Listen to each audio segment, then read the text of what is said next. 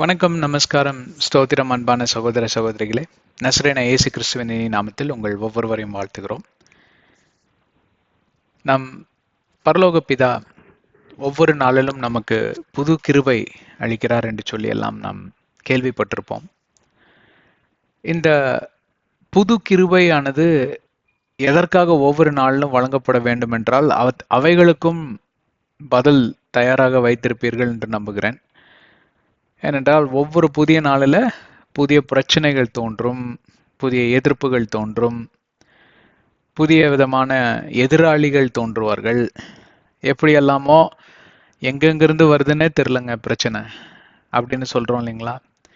அதுக்கு தான் இந்த புது கிருபையானது எங்களுக்கு அளிக்கப்படுகிறது என்று சொல்லி மிக அழகாக அந்த பதிலை சொல்லி விடுவீர்கள். ஆனால் இந்த புது கிருபை யாருடைய தியாகத்து நிமித்தமாக வந்தது என்று சொல்லி சில பேரிடம் கேட்போமானால் அவர்கள் சொல்லுவாங்க, இவர்னால வந்ததுங்க, அவர்னால வந்ததுங்க. சில பேர் இயேசு கிறிஸ்துவின் விலையேறப்பட்ட ரத்தம் எங்களை விலை கொடுத்து விலைக்கிரயம் கொடுத்து வாங்கினதுனால் எங்களுக்கு புது கிருபை வந்தது. 1 கொரிந்தியர் 6:20 எல்லாம் அவர்கள் சொல்லுவார்கள்.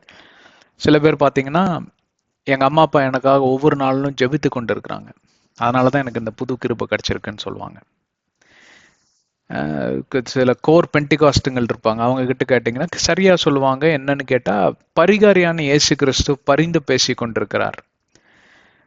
வாக்கு கடங்காத பெருமூச்சுகளோட எனக்காக உங்களுக்காக மன்றாடுகிற ஆவியானவர் ரோமர் 8:24-26 இன்டர்செசர் என்று சொல்லி 1 யோவான் 2வது அதிகாரம் 1-2 வசனங்கள்ல பார்க்கலாம். மார்க் 16வது அதிகாரம் கடைசி 2 வசனங்கள்ல பார்க்கலாம். இதெல்லாம் சரியான பதிலே. ஆனால் இன்னொரு கேள்வி கேட்போம்னா அதில் தான் எல்லாரும் முழிப்பாங்க. இந்த புது கிருபையை பெற்றுக்கொள்வதற்கு நானும் நீங்களும் தகுதி உடையவர்களா? சேஃபான ஆன்சர் என்ன தெரியுங்களா? தெரியலீங்களே அப்படின்னு சொல்றதுதான். எனக்கு தெரியலீங்களே. இப்போ தெரிஞ்சுக்கணும்னு விருப்பப்படுறீங்களா? விருப்பப்படணும். அதுதான் வாழ்க்கை, அதுதான் இயல்பு இல்லைங்களா? தெரியாத கேள்விகளுக்கு விடை தெரிய வேண்டும். அப்பொழுதுதான் நல்ல மதிப்பெண்களை நாம் வாங்க முடியும்.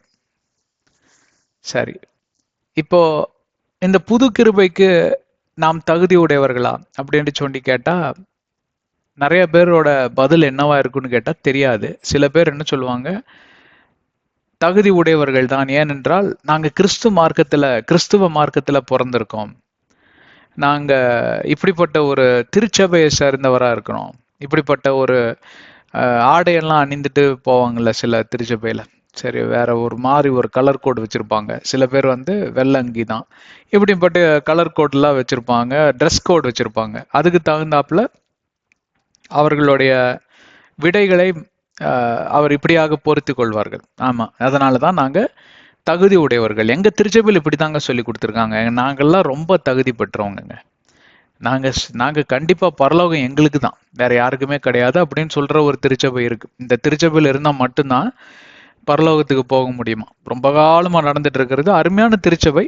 இந்த மாதிரி 2-3 குளறுபடிகள் மட்டும் இல்லைன்னா அந்த மாதிரி திருச்சபை கிடையவே கிடையாது. பேர் சொல்ல மாட்டேன்னா ரொம்ப நல்லவங்க. அவங்க கிட்ட இருந்து நிறைய நான் கத்துக்கிட்டு இருக்கிறேன். நிறைய வசனங்கள், வேத வசனத்தை சரியா போதித்தவங்களே அவங்க தான். இந்த உலகத்துக்கே அவங்க சரியா வேத வசனத்தை போதித்தவங்களே அவங்க தான். அதனால இந்த 2-3 குளறுபடிகளை மட்டும் அவர்கள் விட்டுவிட்டா சரியா இருப்பாங்க. சரி, சில பேர் பார்த்தீங்கன்னா பாரம்பரியம், அந்த பாரம்பரியத்தை நாங்கள் பின்பற்றி கொண்டு வந்ததுனால தான் அதுக்கு வேத வசனம்லாம் இருக்கு. Do not leave the traditions of the பைபிள்னு இருக்கு. Do not live the traditions of your ஃபோர் ஃபாதர்ஸ்ன்னு இல்லை, முன்னோர்களின் பாரம்பரியத்தை குறித்தல்ல, வேதத்திற்குன்னு ஒரு பாரம்பரியம் இருக்கு. இந்த வேதத்தின் அடிப்படையில் வாழ்வது அப்படி என்றால் அது பாரம்பரியம். இதெல்லாம் பழைய இப்பெல்லாம் சொல்லுவாங்களே பழைய பீஸுங்க இது அப்படின்னு. அந்த மாதிரி இன்னைக்கு வேதத்தை பத்தி பேசுனா அது பழைய பீஸ் வந்துருச்சு பாரு, பார்மணி பட்டி தூக்கிட்டு அப்படின்னு சொல்ற அளவுக்கு இன்னைக்கு உலகம் நாகரிகமாய் கொண்டிருக்கிறது. இந்த உலகத்திற்கு நேரம் இல்லை, பாவம் இல்லைங்களா? இங்க எல்லா ஆட்டம் ஆடுறதுக்கும் நேரம் இருக்கும், அப்புறம் அங்க போய் பரலோகமும் வேணும். ஆத்துல ஒரு கால் சேத்துல ஒரு கால் வச்சுக்கிட்டு எல்லாம் நல்லா போகணும்னு நினைக்கிற உலகத்துல நம்ம வாழ்ந்துட்டு இருக்கோம். சரி, இன்னும் சில பேரை கேட்போமானால் அவர்கள் சொல்லுவாங்க, ஆமாங்க, தகுதி உடையவர்கள் தான். ஏன்னா நாங்க ஒவ்வொரு நாளிலும் வேத வசனத்தை நாங்கள் படிக்கிறோம், நாங்கள் வாசிக்கிறோம், தியானிக்கிறோம், குடும்ப ஜெபம், உபவாசம், இப்படி எல்லாம் ஒரு பெரிய பட்டியலை போடுவார்கள். உண்மையா சொல்லணும்னா இதெல்லாமே அவசியம்தான். இதெல்லாம் புது கிருபை பெறுவதற்கு அவசியம்தான். ஆனால் இவைகளால் உங்களுக்கும் எனக்கும் புது கிருபை கொடுக்கப்படவில்லை. வேதவசனம் என்ன சொல்லுதுன்னு கேட்டா, எவன் ஒருவன் கர்த்தர் முன்பே நின்று என் கிரியையினால் நான் இந்த கிருபை பெற்றுக்கொண்டேன் என்று சொல்லுகிறானோ, அவன் கர்த்தர் உடையவன் கிடையாது, கர்த்தரை சார்ந்தவன் கிடையாது. பிகாஸ் இந்த வேத வசனம் சொல்லுது, என்னுடைய உங்களுடைய நற்கிரிகள் எல்லாம் குப்பை, விருதான்னு சொல்லுது. கர்த்தருடைய கண்களின் பார்வையில. அப்ப இப்படி சொன்னா நிறைய பேர் ஒஃபெண்ட் ஆயிடுறாங்க. அதாவது நிறைய ஜனங்க டிமோட்டிவேட் ஆயிடுறாங்க. அப்ப என்னத்துக்கு தாங்க நாங்க பண்ண முடியும்?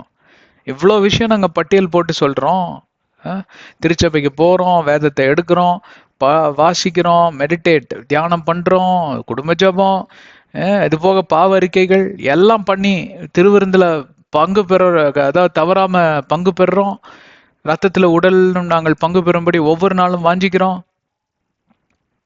இதெல்லாம் நல்லதுதான்.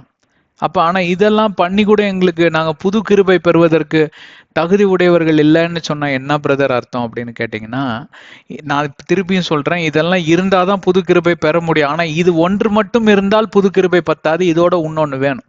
இன்னைக்கு ஒரு சிக்கன் குழம்பு ஒன்று பண்ணியிருந்தாங்க. அதுல பாத்தீங்கன்னா எல்லாம் வந்திருக்கு, ஆனா ஏதோ ஒன்று மிஸ் ஆகுது. குழம்போட டேஸ்டே போச்சு. ஏதோ பட்டையோ கிராம்போ அதிகமா போட்டிருப்பாங்க போல தெரியுது. அதை நான் தொடக்கூட இல்லை. பேசாம நான் வேற ஒரு ஏதோ ரசமா என்னமோ வச்சிருந்தாங்க, ஊத்தி சாப்பிட்டு பேசாம எந்திரிச்சு வந்துட்டேன். அந்த மாதிரி தாங்க இது. ஒரு சுவையான ஆகாரம் வேணுமென்றால் எல்லாம் பக்குவமாக சரியாக அளந்து போடப்பட்ட அந்த ஆகாரம் தான் மிக மிக சுவையா இருக்கும். இவ்வளோண்டு சாப்பிட்டாலும் நிறைய சாப்பிட்ட மாதிரி ஒரு திருப்தி. சில ஆகாரம் பார்த்தீங்கன்னா இவ்வளோத்தான் சாப்பிட்டாலும் என்னத்தை சாப்பிட்டோம் அப்படின்ட்டு இருக்கும் இல்லைங்களா? அதே மாதிரிதான் நீங்க என்னத்தை தான் நற்கிரிகள் பண்ணி என்னத்தை தான் நீங்க இது பண்ணினாலும் நாம் யாவரும் பாவிகளேன்னு பைபிள் சொல்லுது. 1 யோவான் 1:7-10 அப்போ இந்த பாவிகள் புது கிருபை பெறுவதற்கு தகுதி உடையவர்கள் அல்ல. அதுவே இயல்பு, அதுவே உண்மை, அதுவே சத்தியம். கருத்தல்ல, சத்தியம். உங்களையும் என்னையும் தகுதி உடையவர்களா மாற்றக்கூடிய அந்த வெளியேறப்பட்ட இயேசு கிறிஸ்துவின் ரத்தம் அன்றி என்னையும் உங்களையும் அந்த வெளியேறப்பட்ட இயேசு கிறிஸ்துவின் ரத்தம் அன்றி எதுவும் கழுவி என்னை உங்களையும் நீதிமானாக்க முடியாது. அதுதான் வேதம். அப்போஸ்தலர் 2:38 1 யோவான் 1:7-10 லேவியர் 16 அதிகாரத்துல வாசித்து பார்த்து அதற்கு பின்பே எபிரேயர் 2:17-18 எபிரேயர் 4:14-16 எல்லாம் நோட்ஸ் எடுத்துக்கோங்க. 1 கொரிந்தியர் 6:20 பிலிப்பியர் 2:10-11 இதெல்லாம் வாசித்து பார்த்தீங்கன்னா ஒரு ஐடியா கிடைக்கும் உங்களுக்கு. என்ன ஐடியான்னா, எல்லா முழங்கால்களும் முடங்கட்டும், எல்லா நாவுகளும் அறிக்கை செய்யட்டும், இயேசு கிறிஸ்துவே தேவன் என்று. எதற்காக செய்ய வேணும்னா, அதனாலதான் நீங்க ஒப்புரவாக முடியும் தேவனோடு கூட. நீங்க ஒப்புரவாகுவதற்கும் அறிக்கை செய்வதற்கும் நடுவுல பாத்தீங்கன்னா பாவ அறிக்கை என்று சொல்லி எல்லாம் வருகிறது. அதாவது மனம் திரும்புதல். இதெல்லாம் பண்ணி முடிந்து பிறகு நீங்க தகுதி உடையவர்களாய் மாறுகிறீர்கள். அதற்கு பின்பே கிருபை உங்களுக்கு இலவசமாக கொடுக்கப்படுகிறது. 2 கொரிந்தியர் 9:8 2 கொரிந்தியர் 8:9 நீங்க அப்புறமாக வாசித்து பார்த்துக் கொள்ளுங்கள்.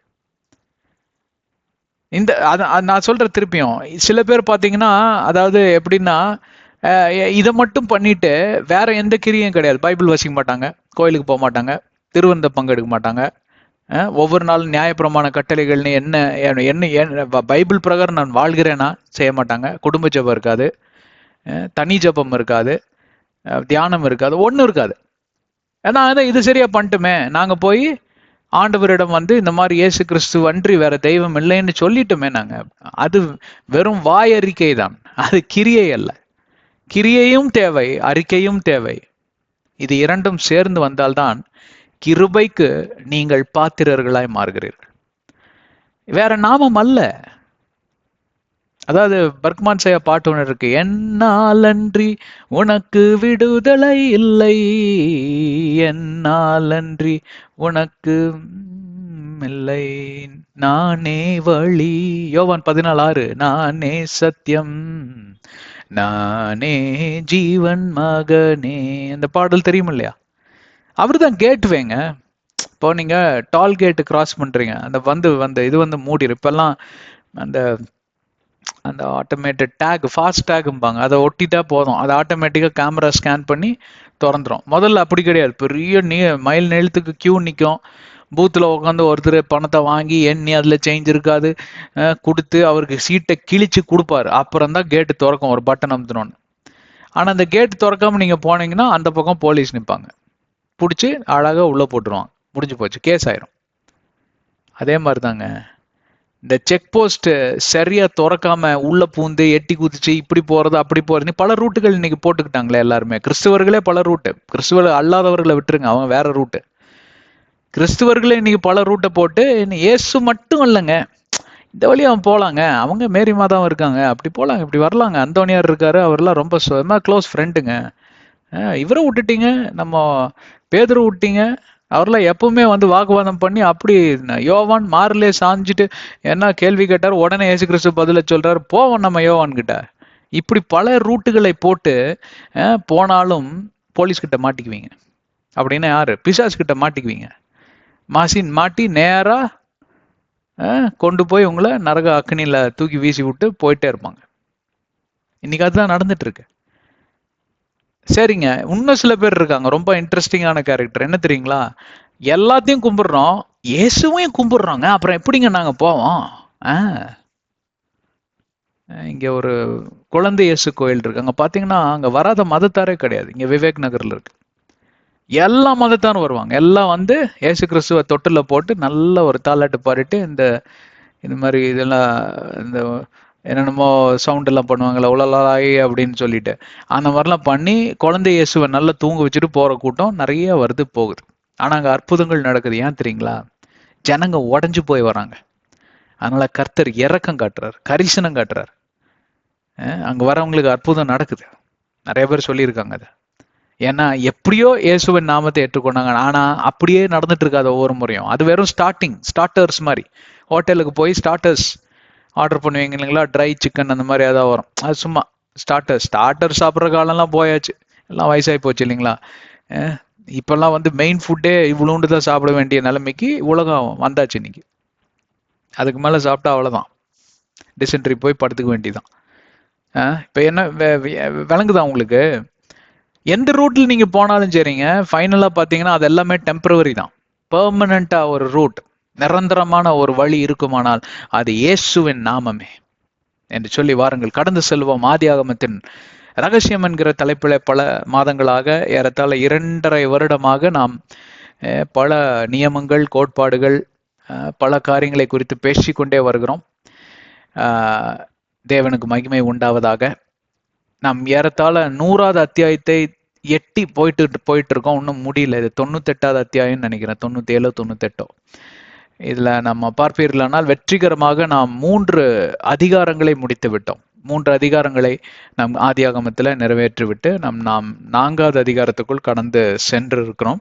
4வது அதிகாரத்துக்குள்ள போயும் ஒரு 4-5 செஷன் ஆயிப்போச்சு. 3வது அதிகாரத்துடைய சாராம்சம், மனிதன் விழுந்து போனான். எதனால் விழுந்து போனான்? பாவத்தில் விழுந்து போனான். எப்படி பாவம் நுழைந்தது? கீழ்ப்படியாமை. கர்த்தர் கொடுத்தது ஒரே கட்டளை, அதை கூட அவங்களால கைகால முடியல அப்படின்னு நீங்க சொல்லலாம். அவங்க கையில பைபிள் இல்லை, இயேசுவும் இல்லை, அதனால அவங்க விழுந்து போயிட்டாங்க. உங்க கையில தான் எல்லாம் இருக்குல்ல, அப்ப நீங்க ஏன் விழுந்து போறீங்க? அப்ப இங்க யார் பெரிய பாவி? ஆதாமேவாளா நம்மளா? நாம தான். அதுல என்ன சந்தேகம் உங்களுக்கு? அப்படியெல்லாம் விதண்டாவாதமான கேள்விகளை விட்டுருங்க. ஆனால் இதுல யதார்த்தமான உண்மை என்னென்றால், இந்த விழுந்து போன உலகம் இன்னும் விழுந்து போன உலகமாகத்தான் இருக்கும். அதுதான் பைபிள். அது பைபிள் இருக்கு. அந்த விழுந்து போன உலகத்தை சரி செஞ்சு ரிப்பேர் எல்லாம் பண்ணுவாரா? ரிப்பேர் ஒர்க் இருக்கு, ஒரு 1000 வருஷத்துக்கு மட்டும். இயேசுவோட அரசாட்சி, வெளிப்பாடு 20வது அதிகாரத்தில் நீங்க வாசிக்க நேர்ந்துடும். ஆனால் நிரந்தரமான சொல்யூஷன் அந்த 1000 வருஷம் அரசாட்சிக்கு பின்பே வெள்ளை சிங்காசன நியாய தீர்ப்பு என்று சொல்லி நீங்கள் அதே அதிகாரத்தில் வாசிக்கலாம். அதற்கு பின்பு 21வது அதிகாரத்திலும் 22லும் புதிய வானம் புதிய பூமி வந்து இந்த இடத்த அப்படியே ரீப்ளேஸ் பண்ணிடும். இதை அப்படியே வலிச்சு ஒரு ஓரமா போட்டு புதிய வானம் புதிய பூமி. எப்படி ஆண்டவர் வந்து மாசு இல்லாத ஒரு பூமியை உருவாக்கினாரோ 6000 வருடத்துக்கு முன்பே, அதற்கு பின்பே ஆண்டவர் வந்து பூமியை ஜலத்தினால் மூடி வைத்திருந்தார். ஏனென்றால் மாசு படிந்த உலகமாய் அது மாறினது. எஸ்ஐகேல் 28லும் ஐசியா 14லும் நீங்கள் வாசிக்க நேர்ந்திடும். எப்படியாக மாசுபட்டது, இதெல்லாம் ஆரம்பத்திலே எக்ஸ்பிளைன் பண்ணியிருக்கோம். எல்லா விளக்கங்களும் கொடுக்கப்பட்டிருக்கிறது. அதெல்லாம் நீங்க கேட்டீங்கனாலே போதும். பிசாசானவன் ஆளுமை செய்த இடம் தான் இது. அவன் பிசாசா மாறும் முன்பே நல்லவனா இருந்தப்போ. சரி, ரைட். இப்போ இந்த விழுந்து போன உலகத்திற்கு அதிபதியாய் பிசாசாக தான் இருக்கிறான்.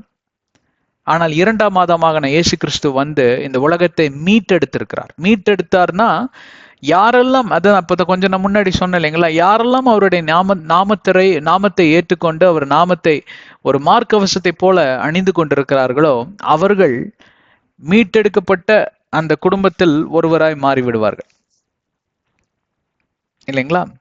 அப்போ மீட்டெடுக்கப்பட்ட இந்த குடும்பத்தின் மேல் பிசாசுக்கு எந்த ஒரு அதிகாரமும் கிடையாது. அவனுடைய நிழல் கூட உங்க மேல படாது. உங்க நிழல கூட அவன் தொட முடியாது. அதுக்கப்புறம் தான் அவன் வந்தான், பயமுறுத்தினான், அடிச்சான், போனான், வந்தான்ல சர்வசாதாரணமா சொல்றாங்க. ஏன்னா நீங்க மீட்டெடுக்கப்பட்ட குடும்பத்துக்குள்ள வரல, அந்த வளையத்துக்குள் நீங்க வரல. யோபு 1வது அதிகாரத்தில் 8, 9, 10 வசனத்தை வாசிக்கிறப்ப 3 விதமான வளையங்கள், அக்னி ஹெட்ஜஸ் என்று சொல்லுவார்கள், அக்னி வளையங்கள் உண்டு. அதாவது ஒன்று உங்களை சுத்தினா அக்னி வளையம். 2வது உங்களுடைய உடைமைகள், ப்ராப்பர்ட்டிஸ் என்று சொல்வார்கள், வீடு, வாசல், ஆஸ்தி, அந்தஸ்தி எல்லாம். 3வது உங்களுடைய குடும்பத்தை சுத்தி ஒரு வளையம் இருக்கிறது. இது 3ஐயும் தாண்டி பிசாசுனால வரவே முடியாது. இது 3க்கும் அதிபதியானவர் ஆண்டவரே. பழைய ஏற்பாடுல இருக்கு, புதிய ஏற்பாடுலையும் அதே மாதிரிதான். ஆனா இயேசுவின் ரத்தம் இந்த வளையங்கள் மேல் தெளிக்கப்பட்டிருந்ததுனால் அது ஒரு அடிஷனல் செக்யூரிட்டி. அந்த வளையத்து கூட ஒருவேளை அவன் தாண்டி வந்துடலாம். ஆனா எல்லா வளையத்திற்கும் அதிபதியா இருக்கிறவர் ஆண்டவர். அவர் பர்மிஷன் கொடுத்தாதான் அதுக்குள்ள அவன் வர முடியும், அது வேற விஷயம். ஆனா பர்மிஷன் தான் ஈஸியா கிடைச்சிருது. ஏன்னா உலகமே பாவமான உலகம், பாவத்துல விழுந்து போகிறது. அதனால ஆண்டவர் சொல்லிடுவார், ரைட்டுப்பா, இது உன்னோட ஆத்மா, என்ன வேணா பண்ணிக்கும். ஆனா நீங்க அந்த வளையத்தில் மேல இருக்கக்கூடிய அந்த ரத்தம் இருக்குமானால் யாருக்குமே அதாவது ஆண்டவரே நினைச்சாலும் பர்மிஷன் கொடுக்க முடியாது. ஏன்னா விலை கிரயம் கொடுத்து இயேசு கிறிஸ்து வாங்கியிருக்காரு. இவன் இயேசுவோட ப்ராப்பர்ட்டி. அவன் எனக்கே அதிகாரம் கிடையாது. இயேசு கிறிஸ்து அதுதான் பாதுகாப்பு. அந்த நாமம் தான் பாதுகாப்பின் நாமம். எவ்வளோ பெரிய ஆளா இருந்தாலும் சரி. கென்னடி தெரியுங்களா, யூஎஸ் ஃபார்மர் பிரசிடென்ட். அவருக்கு இல்லாத செக்யூரிட்டியா? Z+++ security. உலகத்திலே சிறந்த செக்யூரிட்டி யூஎஸ் பிரசிடென்ட்டுக்கு தான். அதுக்கப்புறம் தான் வேற எல்லாம், இந்தியன் பிரைம் மினிஸ்டர் ஆகட்டும், யாராகட்டும். அவருக்கு இல்லாத, ஒரு இடத்துக்கு போறாருன்னா அங்கிருந்து இப்ப எல்லா பெரிமீட்டர்லயும் பார்ப்பாங்க, ஏதாவது இருக்கா அப்படின்னு. சின்ன சந்தேகம் கிடைச்சாலும் இடத்த மாத்திருவாங்க. அப்படிப்பட்ட கென்னடிய தூரத்துல இருந்து ஒருத்தன் தூக்குனா பாருங்க, தலையில அடிச்சு செத்தே போயிட்டார். கென்னடி மாதிரி ஒரு பிரசிடென்ட்டே கிடையாது, அவ்வளோ ஃபேமஸ். அப்ரஹாம் லிங்கனே அப்படிதான் சுட்டு கொண்டாங்க. எவ்வளோ பெரிய ஜாமாவானா இருந்தாலும் சரி, பெரிய ஆள் விவிஐபியா இருந்தாலும் சரி, என்ன செக்யூரிட்டி, என்ன எல்லாம் விருதா அப்படின்னு பைபிள் வந்து நமக்கு பிரசங்கில சொல்லுது இல்லைங்களா. ஆனா ஏசு கிறிஸ்துவின் நாமம் எனக்கு உங்களுக்கும் செக்யூரிட்டியா இருக்கிறப்போ, எனக்கும் உங்களுக்கும் எதிராய் நிற்கிறவன் யார் என்று பைபிள் சொல்லுகிறது. ரோமர் 8:11. சரி, இப்ப இந்த விழுந்து போன உலகத்தில் பாவம் முன்ன இருக்குது. பாவத்துடைய பின்விளைவுகள் தான் என்ன அப்படின்னு சொல்லிதான் 4வது அதிகாரத்தில் நாம் அலாசியா ஆராய்ந்து பார்த்து கொண்டிருக்கிறோம். மன்னிக்கவும், முன்னுரையில் சற்று நேரம் எடுத்துக்கொண்டுதான் இருக்கிறோம். ஏன்னா இப்பதான் 4வது அதிகாரத்துக்குள் நுழைஞ்சிருக்கோம். இன்னும் நீங்க சரியா செட்டே ஆகல பேசிக்ஸ்ல. அதனாலதான் அதை திருப்பி வேற ரீதியில நாம் சொல்ல வேண்டிய ஒரு காலகட்டத்தில் கடமைப்பட்டிருக்கிறோம். ஸோ அதனால என்ன திருப்பி இதையே சொல்றாருன்னு நினைச்சுக்காதீங்க. நல்லா ஏறணும் தலையில. பாவத்தின் பின்விளை, அதாவது அவன் பண்ண பாவம் அவனை எப்படி துரத்துது தெரியுங்களா அப்படின்லாம் சொல்லுவாங்க. எப்படி இருந்தது, எப்படி வந்து இந்த ஐடியா உங்களுக்கு, இந்த யோசனை எப்படி வந்ததுன்னு நினைக்கிறீங்க? இதனாலதான் வந்தது 4வது அதிகாரம். நீங்க பண்ண பாவம் உங்களை துரத்தாம விடவே விடாது. அந்த பாவம் உங்களை அட்டிக்காம விடாது. காலை சுத்தின பாம்பு கொத்தாம விடாது. ஏன்னா அதுக்கு தெரிஞ்சு போச்சு, இவன் இருக்கிற வரைக்கும் நம்ம உயிரோடு இருக்க முடியாது, இவனை போட்டாதான் நம்ம உயிரோடு இருக்க முடியும்னு. நீங்க என்ன டெக்னிக் பண்ணி ஓடி அதை இது பண்ணாலும் அது கொத்தாம ஓடாது உங்களை. சுத்தி பாம்பு சுத்துச்சுன்னா இறுக்கி பிடிச்சது, முடிஞ்சது கதை, அவ்வளவுதான். ஆனா சில தேர்ச்சி பெற்றவர்கள் என்ன பண்ணுவாங்க, பாம்போட கழுத்தை பிடிச்சிருவான், நேக்கா. கழுத்தையும் பிடிக்கிறதுக்கு ஒரு நாக்கு வேணும், இல்லைன்னா அதனால எப்படியும் கொத்த முடியாது. பயங்கரமான ஒரு சர்ப்பம் என்கிறது லேசுப்பட்டது கிடையாது. ஆனா அந்த சர்ப்பத்தின் தலையை மிதித்து என் காலின் கீழ் உங்கள் காலின் கீழ் நசுக்கி போட்டது இயேசுவின் நாமம். ரோமர் 16:20 அதைத்தான் சொல்லுகிறது. பாதாள வரையும் சென்று தன்னுடைய மகிமையை வெளிப்படுத்தினவர் இயேசு கிறிஸ்து. அவருடைய உயிர்த்தெழுந்த வல்லமையை கல்லறைகளினால் தடுக்க முடியவில்லை என்று சொல்லி பைபிள் 2வது அதிகாரம் 5வது வசனத்துல, 2வது கொரிந்தியர் 5வது அதிகாரத்தில் இப்படியா சொல்லுகிறது. இப்படியெல்லாம் நீங்க படிக்கிறப்போ இயேசுவின் நாமத்தின் அண்டையில அன்றி உங்களுக்கு வேற இடத்துல எங்கே போனாலும் உங்களுக்கு பாதுகாப்பு கிடையாது. அதனாலதான் யோவான் 14:6 சொல்லுகிறது, அவரே வழி, ஜீவனும், சத்தியம். இந்த விழுந்து போன உலகத்துல பாவத்தின் பின்விளைவுகள் கடைசி மூச்சு இருக்கிற வரைக்கும் உங்களை போட்டு என்ன போட்டு வாட்டிக்கிட்டே தான் இருக்கும். உங்களுக்கு எதிராக எங்களுக்கு எதிராக போராட்டம் பண்ணி கொண்டேதான் இருக்கும், தர்க்கங்கள் நடந்து கொண்டேதான் இருக்கும். ஆனால் நற்செய்தி என்னவென்றால், அவைகளில் அனைத்திலும் உங்களுக்கும் எனக்கும் மாபெரும் வெற்றி உண்டு என்று சொல்லி, இயேசுவின் நாமத்துல மாபெரும் வெற்றி உண்டு என்று சொல்லி 1 கொரிந்தியர் 15வது அதிகாரம் 57வது வசனம் சொல்லுகிறது. Victory in the blood of Jesus. வசனம் மறந்துட்டேன், ஆனா பைபிள் இருக்கு. இயேசுவின் ரத்தத்துல ஜெயம் உண்டு. நிறைய பாடல்கள் இருக்கு. ஜெயம் உண்டு, ஜெயம் உண்டு, இயேசுவின் நாமத்தில் ஜெயம் உண்டு, ஜெயம் உண்டு, ஜெயம் உண்டு, இயேசுவின் ரத்தத்தினால் ஜெயம் உண்டு. பிசாசின் வல்லமையில் அப்படின்னு வரும் அந்த பாட்டு. ஜாலி அப்ரஹாம் பாட்டுன்னு நினைக்கிறேன். அருமையான பாடல். சரி, இந்த விழுந்து போன உலகத்தில் பாவமானது எப்படி மெதுமெதுவாக தன்னுடைய பின்விளைவுகளை அதாவது தலை விரிச்சு ஆடுதும்பாங்களே, அந்த மாதிரி இன்றைக்கு தலை விரிச்சு ஆடுதுன்னா என்ன, பாம்பு தான். சர்ப்பம் படையெடுத்தது, தலை விரிச்சு அடிச்சு முடிஞ்சது, அவ்வளவு. ஒருத்தன் கிட்ட நெருங்க முடியாது. அந்த மாதிரி வலு சர்ப்பம்பாங்க. அது அது அந்த அந்த படம் எடுத்து அப்படி மேல வச்சுன்னா 9 அடி வரைக்கும் வருமாமா அது. அந்த மாதிரி பெரிய சர்ப்பம்லாம் இருக்கு. சரி, அவங்க கதையை விட்டுருங்க. அத்தாபுரி சர்பத்தையே நம்ம தலை கீழே காலு கீழே போட்டு நசுக்கின நாமம் இயேசுவின் நாமம். அதனால அதை பத்தியெல்லாம் நீங்க பயப்பட வேண்டாம். ஆனால் அதற்கு தகுதி உடையவர்களாய் நானும் நீங்களும் மாற வேண்டும். ஒவ்வொரு நாளிலும் அதற்காக தான் நாம் அதிகமாக நாம் பிரயாசப்பட்டு ஜெபிக்கணும், பிரயாசப்பட்டு நாம் வாழ்க்கையை ஒழுங்குபடுத்த வேண்டும். இவைகள் எல்லாம் செய்யாமல் என் வாழ்க்கை மாற மாட்டேங்குதேன்னு சொன்னா நானும் நீங்களும் ஆதாமோட சந்ததி ஆகிவிடும். அவங்க வாழ்க்கை மாறவே இல்லை. எங்க போனாலும் அந்த அவங்க செஞ்ச பாவம் அவங்கள சுத்தி சுத்தி அடிக்குது, துரத்தி துரத்தி அடிக்குது, பல ரூபத்துல வந்து அடிக்குது, சித்திரவதை பண்ணுது. அதெல்லாம் பார்த்து பார்த்து தான் நொந்து போய் செத்தவங்க ஆதாம் ஏவாள், நொந்து போய் இறந்தாங்க. அதனாலதான் நிறைய வேத பாரகர்கள் சொல்லக்கூடிய காரியம், அவர்களிடம் பாவம் இல்லை, ஏன்னா நொந்து போனாங்க. அதே அந்த நொந்து போன உள்ளத்தை நீங்க இயேசுவிடம் பார்க்கலாம். ஐசி 53வது அதிகாரம் 3வது வசனத்துல பார்க்கலப்போ, he was a man of sorrows and grief. எப்பொழுதும் அவர் பாத்தீங்கன்னா மனதுல ஒரு துக்கத்தோட அவரைய சுத்திட்டு இருப்பார். அந்த உலகம் என்னைக்குதான் திருந்தோம், இந்த உலகத்திற்கு ஏன் நான் மெஸ்ஸையான் புரியவே மாட்டேங்குது அப்படின்னு அவர் துக்கப்பட்ட ஒரு இருதயத்தோடு இருப்பார். சரி, ஆதியாகமம் 4வது அதிகாரம் 3வது வசனத்தில் ஒரு பகுதியை நாம் பார்த்து விட்டோம். அதாவது இப்ப என்னன்னு கேட்டா, காயின் ஆபேல் 2 குமாரர்கள் ஆதாம் ஏவாளுக்கு பிறக்கிறார்கள். அதன் மூலமாக ஆதாமுக்கும் ஏவாளுக்கும் ஒரு புத்துணர்ச்சி வருகிறது, ஒரு நம்பிக்கை வருகிறது. பிதா எங்களை மறந்து போகவில்லை, எங்கள் தகப்பன் எங்கள் நினைவாக தான் இருக்கிறார். இல்லைன்னா இந்த மாதிரி எங்க உடல்ல இருந்து அந்த நீங்க பழுகி பெருகுவீங்கிற அந்த சத்தியத்தை கூட ஞாபகம் வச்சு எங்களுக்கு அருமையான பிள்ளைகளை கொடுத்துருக்கிறாரு. அப்படின்னா என்ன அர்த்தம்? அவருடைய கோபம் கொஞ்சம் தணிஞ்சிருச்சு, அதுக்குன்னு நாங்க வாழாட்ட மாட்டோம், ஆனா நாங்க அவரோடு கூட நாங்க சார்ந்து இருப்போம் அப்படின்னு யோசிக்க தொடங்கின மாத்திரத்தில் இப்ப அவரோடு கூட எப்படி கிட்டி சேர்வது, எதனால் நாம் அவரோடு கூட கிட்டி சேர முடியும், எது எங்களை கொண்டு வந்து சேர்க்கும் அப்படின்று பார்க்கிறப்போ அதை குறித்தெல்லாம் கொஞ்சம் வியாக்கியானம் பண்ணோம் போன அத்தியாயத்துல.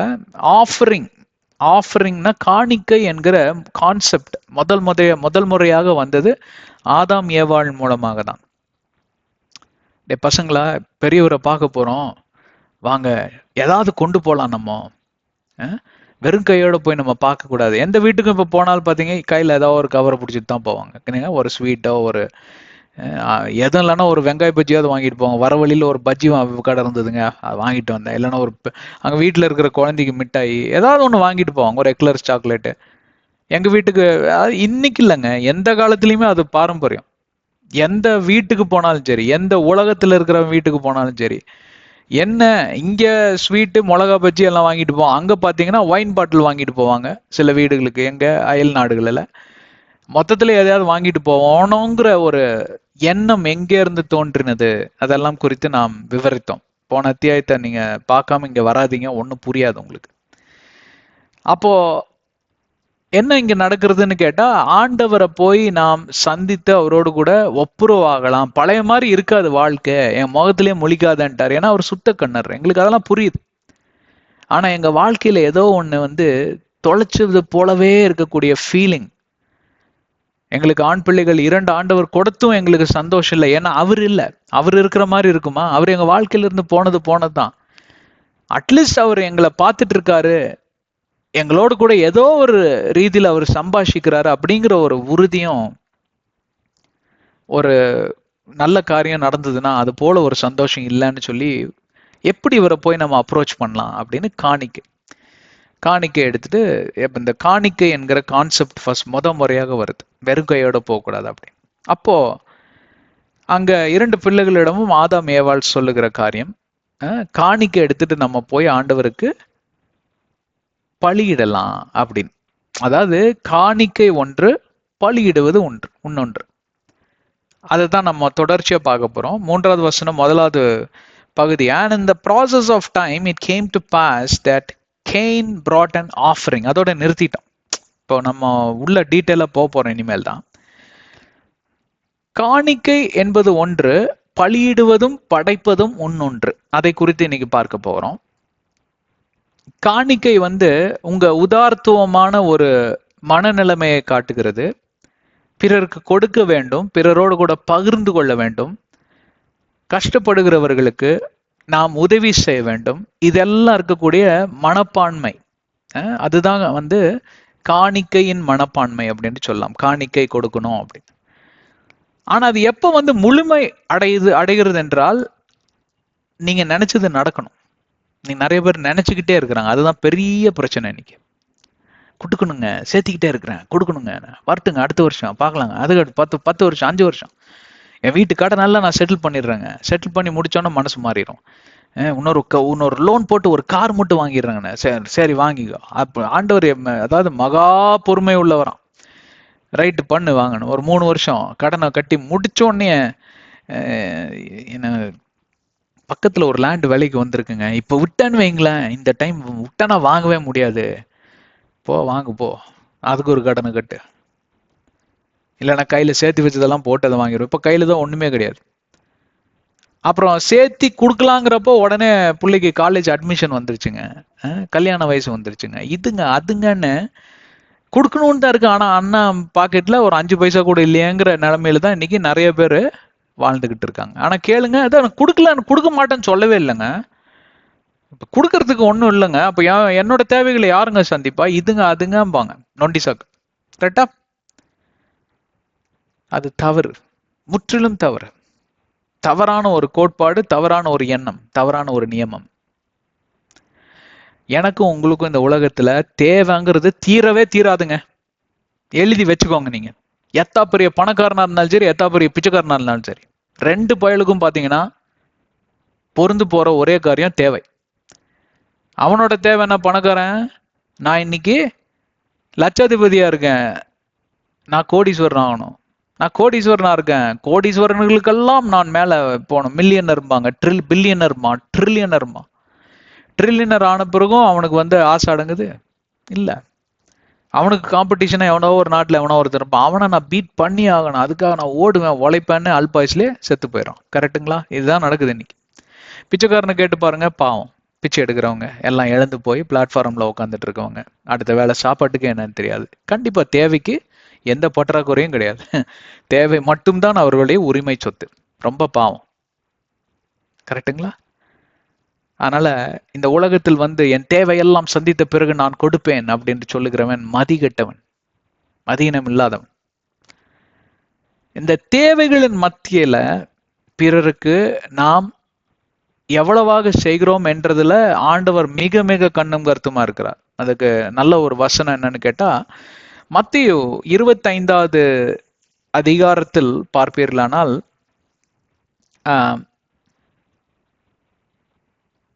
ஸோ 25வது அதிகாரம் 35வது வசனம், For I was hungry and you gave me food. I was thirsty and you gave me drink. I was a stranger and you looked me in. நான் பிணையாளியா இருந்தப்போ எனக்கு நீங்க மருத்துவத்தை செய்ய வந்தீங்க. நான் பசியா இருந்தப்ப எனக்கு உணவு தந்தீங்க. தாகமா இருக்கிறப்ப தண்ணீர் கொடுத்தீங்க. யாருன்னே தெரியாதவனுக்கு வந்து தேவையில இருந்தப்போ நீங்க வந்து உதவி செஞ்சீங்க. ஐ வாஸ் நேக்கட், நான் துணியே இல்லாம இருந்தேன், எனக்கு துணி கொடுத்தீங்க. இதெல்லாம் நீங்க வாசிக்கலாம். நான் சிறைச்சாலையில இருந்தேன், என்னை வந்து பார்த்தீங்க. சிறைச்சாலைன்னா ஜெயில் கைதியை மட்டும் இல்லைங்க, இன்னைக்கு சிறைச்சாலையில் இருக்கக்கூடிய எவ்வளோ பேர் மன அழுத்தத்தினால, பாவ பழக்க வழக்கத்தினால, அவங்களெல்லாம் யார் போய் விடுவிக்கிறது? இயேசுவின் நாமத்தில். சீஷர்கள், என்னை போல உங்களை போல சீஷர்கள் தான் போய் விடுவிக்குவேன். நம்மளே நீ கட்டில் உட்காந்துட்டு இருக்கோம். நம்மளே ஆளுக்கு ஒரு சிறைச்சாலை செய்து நம்மளே உள்ள போய் பூட்டியும் பூட்டி சாவியை வீசிடுறோம் வெளியில வர்றதுக்கு நமக்கு இஷ்டமே இல்லை. பாரம்பரியம் என்கிற சிறைச்சாலை, மூடத்தனம் என்கிற சிறைச்சாலை, குருட்டாட்டம் என்கிற சிறைச்சாலை. பாவமெல்லாம் இல்லை, தண்ணி சாராயமெல்லாம் குடிக்கல. ஆனா அதை தவிர இன்னைக்கு ஏகப்பட்ட சிறைச்சாலையில இருப்பவர்கள் தான் கிறிஸ்துவர்கள். ஏகப்பட்ட சிறைச்சாலைகள்ல அவங்களே போய் உள்ள உக்காந்துட்டு சாவி என்ன பண்றாங்க, தூக்கி வெளியில வீசிடுறாங்க. அப்புறம் எப்படி நீங்க வெளியில வருவீங்க? சாவியாவது கையில வச்சிருந்தா சரி, திறந்துட்டு அப்போது வெளியில் வர்றதுக்கு ஒரு ஆப்பர்ச்சுனிட்டி, சான்ஸ் இருக்கு. அந்த சிறைச்சாலையிலிருந்து வெளியில கொண்டு வரக்கூடிய மிகப்பெரிய இது. And the king will answer and say to them, Assuredly I say to you, as much as you did to one of the least of these my brethren, you did to me. இவர்களுக்கெல்லாம் செய்தது யாருக்கு செஞ்சேன்னு நினைச்சிட்டு இருக்க? எனக்கு தான் நீ செஞ்சப்பா. ஆனா இத்தனை பையங்க, அதாவது இத்தனை ஊழியக்காரங்க பார்ப்பீர்களானால், அங்க சிறைச்சாலை ஊழியத்துக்கு போறாங்க, எங்க போறாங்க. நீங்க நினைச்சிட்டு இருக்கிறீங்களா இந்த ஊழியம் பண்றவங்க எல்லாருமே வந்து கல்யாணம் கட்டாதவங்க, புள்ளக்குட்டி இல்லாதவங்க, தேவைகள் இல்லாதவங்க, ரிட்டையர்மெண்ட் பிளான்ல இருக்கிறவங்க, நல்ல பென்ஷன் வருது, உடல்ல வியாதி, ப்ராப்ளம், பலவீனம், மனத்தாங்கல், மனசஞ்சலம், இதெல்லாம் இல்லாதவங்கன்னு நீங்க நினைச்சிட்டு இருக்கிறீங்க. சரியா இல்லையா நான் சொல்றது? அப்படிதான் நான் நினைச்சிட்டு இருந்தேன். ஊழியத்துக்குன்னு ஒரு காலம் வரும், அப்ப பார் நான் வச்சுக்கிறேன் அப்படின்னு. மிக மிக தவறான ஒரு கருத்து, தவறான ஒரு, அதாவது பொய், அது உண்மையே கிடையாது. ஊழியம்னா என்ன தெரியுங்களா?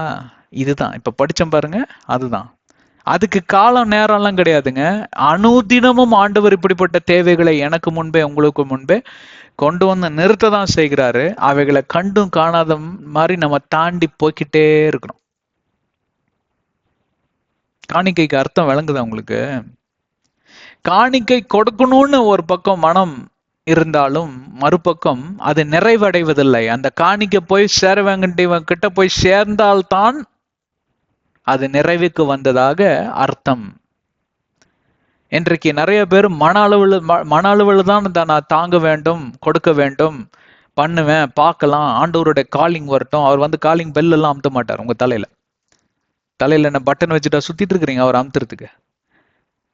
அப்படி இல்லைங்க. சீஷத்துவம்னா எங்க இருந்து தொடங்குதுன்னா, நீங்க வாழ்ற வீடு இருக்கு பாருங்களா, உங்க பொண்டாட்டி, உங்க பிள்ளைகள் மத்தியில, உங்க பெற்றோர் மத்தியில, அயலான் மத்தியிலேயே தொடங்கிரும். அங்கே சீஷத்துவம். சீஷர் ஆனேன்னா அந்த முழுக்கு ஞானஸ்தானம் எடுத்து இந்த உலகத்திற்கு மரித்த இயேசுவுக்கு நீங்க திருப்பியும் மறுபிறவையா மாறுறீங்க பாருங்க. 2 கொரிந்தியர் 5:17, 3:17 படி. அப்பொழுதே நீங்க ஆவியில விடுதலை அடைந்தீர்கள். எங்க ஆவி வேண்டோ அங்க எங்க உண்டு, அங்க விடுதலை உண்டு, லிபர்ட்டி. அப்போ விடுதலை அடைந்தோடனே அப்போஸ்தலர் 1:8 ஆக்டிவேட் ஆயிருது. எங்க? உலகம் எங்கிலும் சென்று என் சீஷர்களாக என் நாமத்தை குறித்து சொல்லுங்கள், என் நாமத்தின் விதமாக தொண்டு செய்யுங்கள், ஊழியம் செய்யுங்கன்னு அர்த்தம்.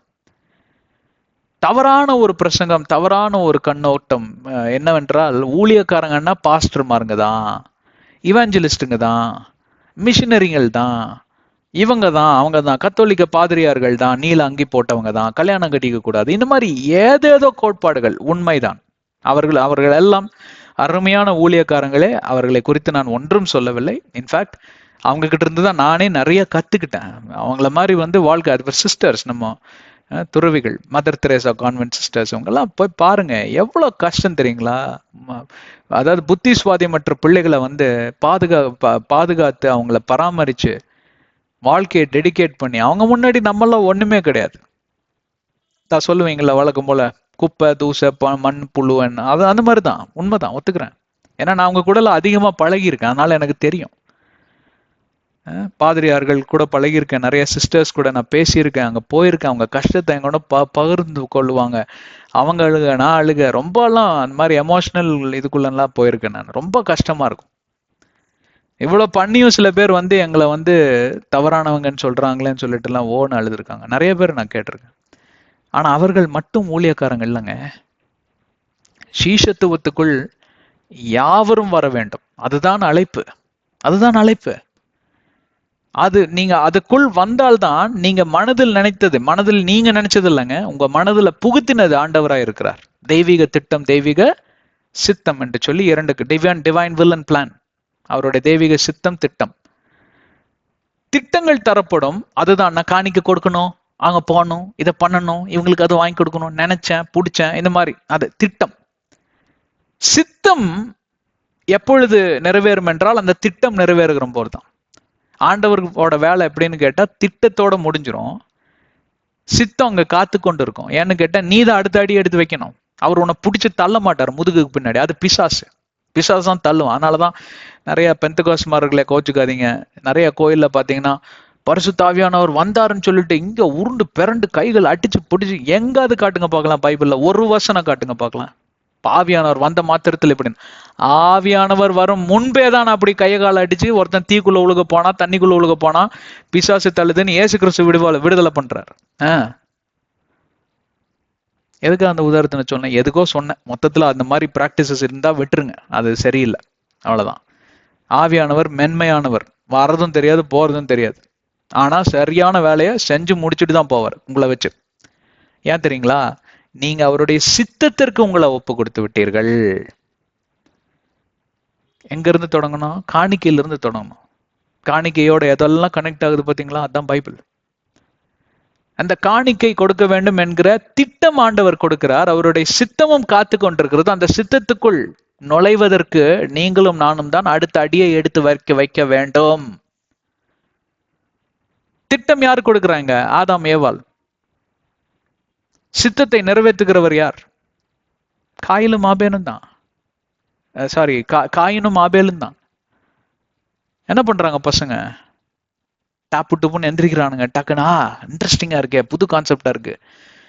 அப்ப இதெல்லாம் செஞ்சா நம்ம ஆண்டவரோட சேர்ந்துடலாமா?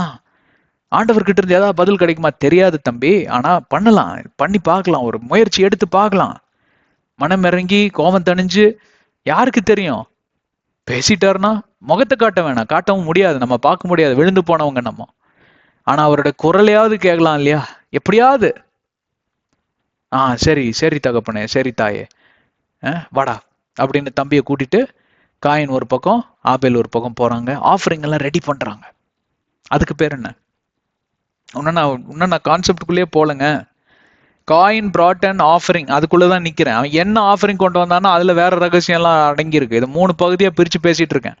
ஏன்? நீங்க சரியா அதை விளங்கிக்கணும்ன்றுதான். ஆண்டவர் திட்டம் கொடுத்துட்டாருங்க. அவருடைய சித்தம் என்னைக்கு நிறைவேறுமோ அப்படின்னு. அவருடைய சித்தம் நிறைவேறது உங்க கையில தான் இருக்கு. திட்டத்தை கொடுத்தவர் அங்க வெயிட் பண்ணிட்டு இருக்காரு. திட்டத்துக்கும் சித்தத்துக்கும் நடுவால் நிக்கிறது தான் யாரு? யாரு தான் நிக்கிறா? நீங்களும் நானும் தான். அப்ப நீங்களும் நானும் தான் அந்த நுழைவாய் மாறிங்க. அது இட்ஸ் லைக் an என்ட்ரன்ஸ். சித்தம் என்கிறது, சித்தத்தை என்ட்ரன்ஸ்குள்ள தாண்டி போயிட்டீங்கன்னா அதுக்கப்புறம் அவர் பொறுப்பு. ஆவியானவர் உங்களை எடுத்து பயன்படுத்துவார். இதை சரியா விளங்கிக்கிறதுக்கு நான் முழுக்கு ஞானசன் எடுத்தது 18 வயசு. எனக்கு சரியா வழங்கினது எத்தனை வயசுல தெரியுமா? 40 வயசுல தான் எனக்கு இது விளங்குச்சு. அதற்கு பின்பே தான் ஆண்டவரிடம் போய் கெஞ்சி கதறி பாவ மன்னிப்பு கேட்டு, அப்பா நான் ரெடி, அடியன் ரெடி. தேவைகள் யாராலும் உண்டு, நிறைய தேவைகள் இருந்தது, அதெல்லாம் சொல்ல மாட்டேன், பர்சனல் அதெல்லாம். ஆனா இருந்ததுங்கிறது உண்மை, நான் போய் சொல்லலை. இங்க எதுக்கு போய் சொல்ல? உங்ககிட்ட வாங்க வேண்டியது என்ன இருக்கு? இல்ல என்ன கொடுக்க வேண்டியது இருக்கு? என்னத்தை நான் சாதிக்க போறேன் போய் சொல்லி? வேத வசனத்தை வச்சு போய் பேசினா என்ன ஆகும் தெரியுமா? உண்மையை சொல்றேங்க, தேவைகள் ஏராளமா இருந்ததுங்க, ஏராளமா இருந்தது. உலக பிரமாண தேவைகள் இருந்தது, நிறைய தேவைகள் இருந்தது. ஆனா கடவுளே, எனக்கு நீங்க சரியா விலக்கி காமிச்சிட்டீங்க.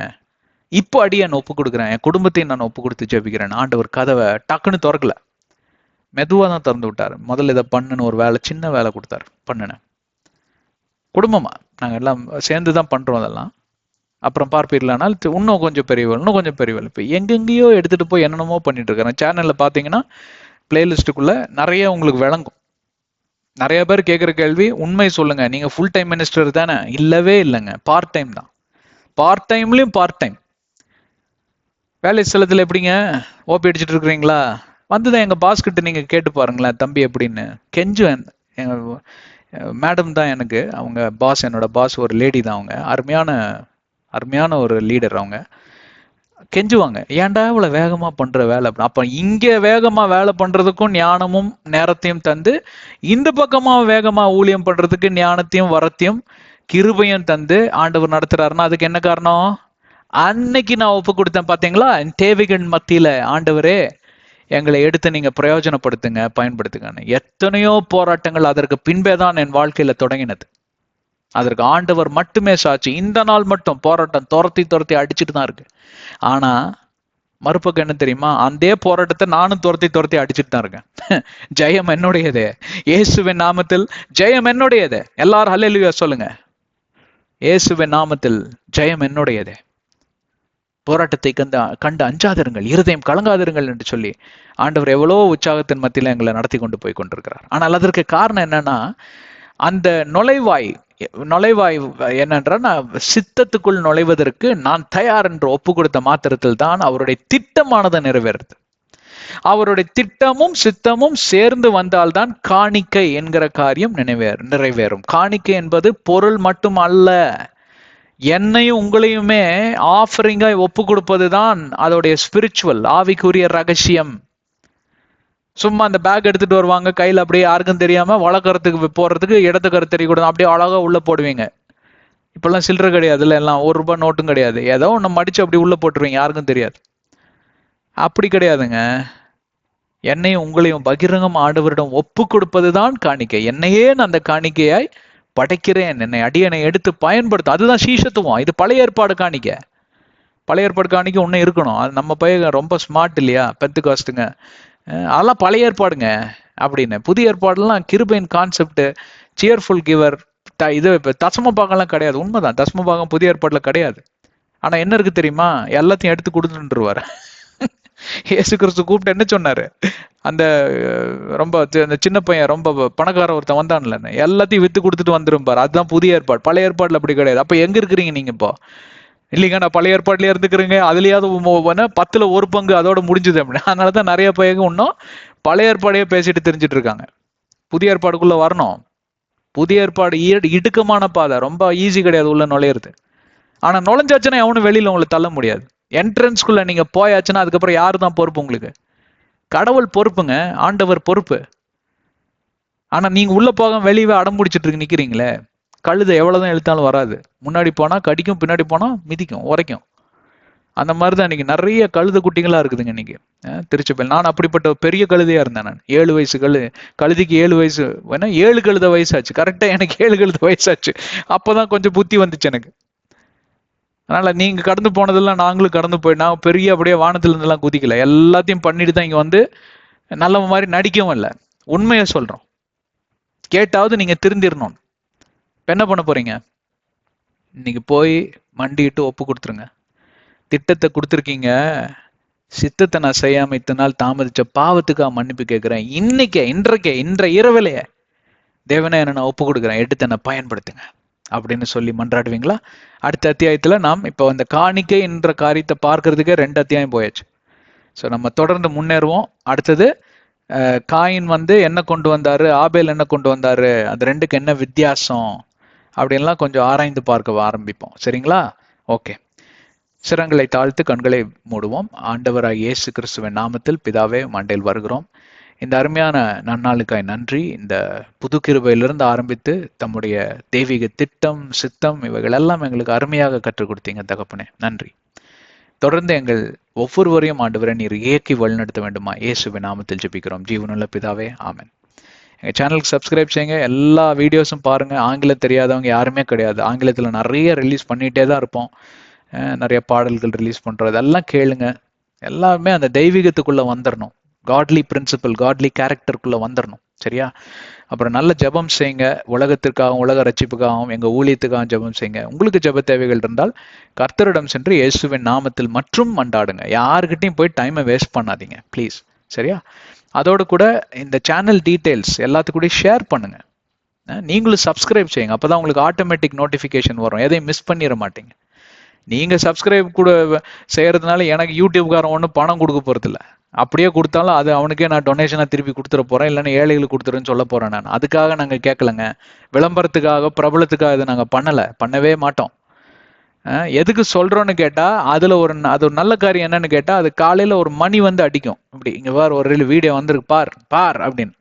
கண்ட சேனல்லாம் போய் சப்ஸ்கிரைப் செஞ்சுட்டு எவனோ என்னென்னமோ கர்மம் பிடிச்ச காரியங்கள் எல்லாம் பேசி கொண்டிருப்பதை மிஸ் பண்ணிடக்கூடாதுன்னு அது மணி அடிக்குது. நல்ல காரியத்தை சொல்ற இதையங்க நீங்க மிஸ் பண்ணணும். அதுக்கு தான் சப்ஸ்கிரைப் செய்யுங்கன்னு சொல்றோம். சரியா? ஆண்டவர் உங்களை ஆசீர்வதிக்கட்டும். அடுத்த அத்தியாயத்தில் சந்திப்போம். ஆமென்.